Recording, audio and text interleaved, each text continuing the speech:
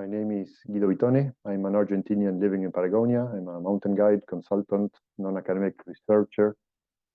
I like studying things about Patagonia in general, mostly geography, history. I've had a YouTube channel in Spanish for about a year, which quite modestly is successful, I should say. And I'm gonna give it a try in English. So I'm gonna talk about Perito Moreno Glacier today. I'm gonna share a screen now. There we go. Perito Moreno Glacier doesn't need much presentation. It's very well known. You can Google it up and learn more about it, about its location. And it's important to note that its visibly active front attracts lots of visitors. Probably one of the best known glaciers in the Southern Hemisphere. If you Google it up, you will find lots of information about this cycle that the glacier undergoes.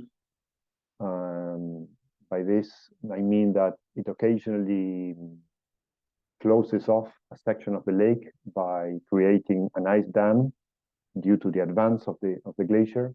This dams the lake, forces the southern part of the lake to have its level raised. Eventually, the pressure finds a way through the ice dam, creating a more or less spectacular collapse of the bridge of ice. But it's not this cycle that I want to talk about in this presentation. I want to go back over 100 years to what the glacier was like at the time and try to understand in a way the dynamics of the glacier and possibly not make a forecast about the future, but at least have some more elements to understand what makes this glacier so special. So we're going to start by looking at these photographs, which are the classical postcard images. And also, well, this is a view from above, but what I want to show, or what I want to start with this presentation, is what the glacier looked like when the first photographs were taken, like this one from Rudolf Hautal in 1899, who made some measurements of the front and some surveys of the glacier in general during 2 consecutive years. So here's a photograph from March 1900, and also later the same photograph from about the same time was published. What we get from these early photographs, like this one from 1901, is that the glacier front was a long distance, several hundred meters from its current position. And it was already drawing attention to specialists, the fact that the glacier was advancing. For the younger generation who might watch this presentation, might get the wrong idea that all this retreat of the glaciers is something relatively new and something related to what we call climate change and global warming of recent decades. But it's actually, glaciers have been receding for over 100 years. And in the beginning of the 20th century, people were puzzled to find that Perito Moreno Glacier was advancing quite rapidly when neighboring glaciers were receding markedly. So after these early photographs, like also we have this drawing from the time when the border between Chile and Argentina was fixed in 1901, 1902. And then we have a few also early explorers, like this Englishman, Hesketh Pritchard, who in 1901 made a description of what he saw of the front of the glacier. But more importantly, geologist, Percy Quenzel, who was a member of Scott's expedition to Patagonia in 1908, made very interesting observations. And he says, at the time, I must say that the glacier was known as the Bismarck Glacier, which was the name given by Hautal. Anyway, what Quenzel says is, what makes the Bismarck Glacier so remarkable is that, in contrast to all other glaciers in South Patagonia that I have seen, it is advancing rather rapidly. This was in 1908. He says, also that the glacier was forcing its way through the high forest on both sides, crushing everything in its way. This, like I said, was something quite extraordinary, that the glacier was in a way bursting its banks and crushing the forest on its sides. It means the glacier was expanding, and at the same time, this was, of course, pushing the front of the glacier forward at a very surprising rate. Then we have in 1914 members of the German Scientific Society who made also very interesting observations. They walked along the edge of the glacier on the north side, and we have two sets of photographs from the same expedition, some belonging to the botanist Cristóbal Hicken, who was actually born in Argentina, German background. And we have photographs belonging to Federico Reichert. Both were together, of course, but they wrote, each wrote his own account of this expedition. There was also an artist and photographer named Jorgensen, and they used the same fixed point that Hautal and Kensel had used some years earlier. The results of their expedition are in Spanish, so I'm going to have to do some translation here, but of course they knew what Hautal had seen and had measured before, and again they noticed how the glacier was expanding on its sides and crushing the forest, and they have very interesting photographs to reflect what they saw.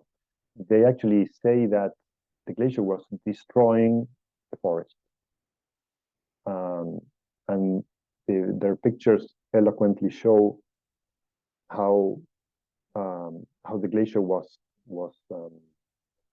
advancing into the forest. Here we have two different same photograph in two different publications.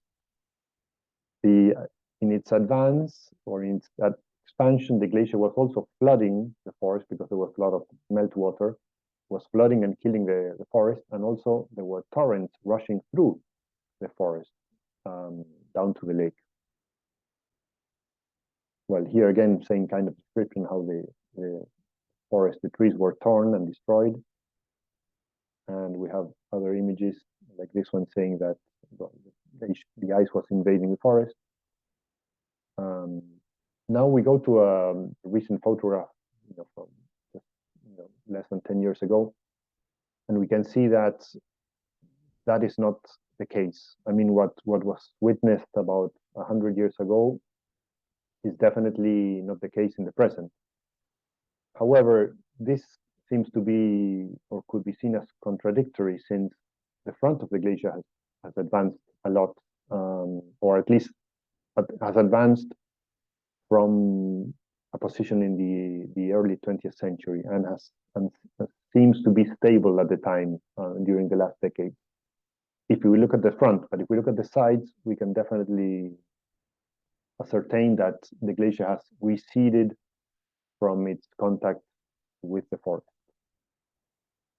This is clearly seen in all photographs from recent decades. What's interesting is that the Germans in 1914 forecast that at the rate of advance, the glacier would dam part of the lake. But actually, they fell short of the time they fixed for that, because they made a reckoning that it would take 5 years, and in fact it took less. And in 1917, for the first time, at least in the last couple hundred years, the glacier briefly touched the land in front, which is now the place that is where the catwalks are located and where people can see the glacier close range. Here is a little map from 1914, showing the different positions of the glacier. They also made an exploration on the upper part of the glacier and accessed the ice field, which they called inland ice. There's also a drawing reflecting the position like we saw in other photographs.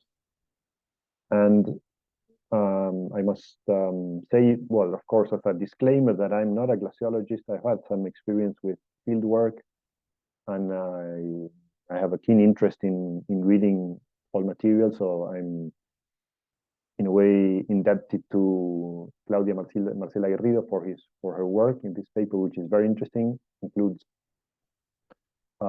years of research about, in this case, tree-ring evidence to try to understand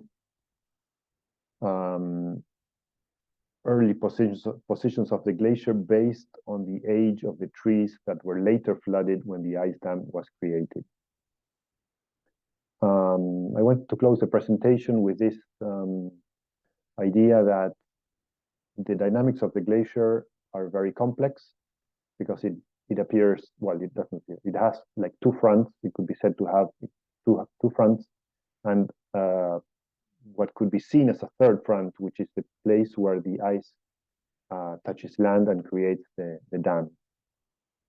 Now, very recently, there's been some concern because there's been like evidence that the glacier might be behaving in a way that has not been seen in the last decade, and this is reflected in the fact that there seems to be some retreat in the front facing the north, and there was also big chunks of ice being calved from the northern front. Anyway, that's all for now. Sorry if this was a little completely unrehearsed. If you're interested, please subscribe and like and make comments. I hope to make more videos in the future. Thank you very much.